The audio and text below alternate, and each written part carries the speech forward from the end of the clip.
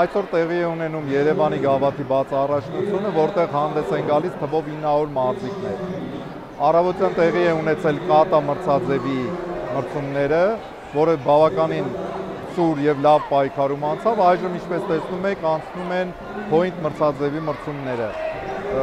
Եվ ես էլ որպես գլխավոր մրցավար եւ իմ մրցավարական կազմը աշխատում ենք, որպեսզի մրցումները անցնեն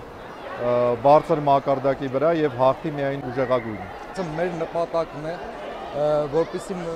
բացի լավագույն մարզիկները ընտրելու, որոնք ստանալու են ուղեգրեր Հայաստանի առաջնությանը մասնակցելու,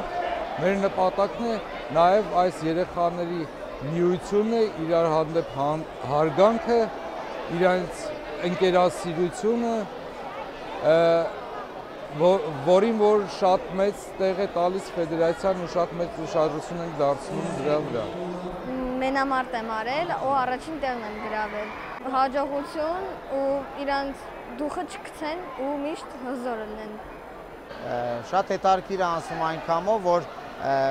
այսօր մեկ օրվա ընթացքում մենք անցկացնում ենք եւ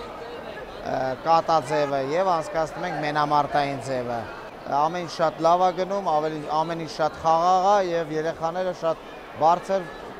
ցուցանիշներ են ցուցադրում։ Ես ողջունում եմ Հայաստանի դուքենդո ֆեդերացիային այսօրվա Երևանի գավաթի միջոցառումը կազմակերպման համար։ Բավականին մեծ քանակությամբ երեխաներ են մասնակցում, մոտավորապես 950-ից ավել։ Դա բավական մեծ աշխատանք է, կազմակերպչական։ Շնորհավորում եմ եւ ցանկանում եմ արդար պայքար, հաղթի ուժեղագույնը եւ սա շատ կարեւոր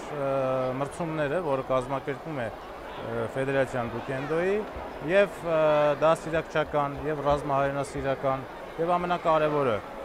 կրթում է եւ դաստիարակում է մեր պետության համար պիտանի առողջ սերունդ։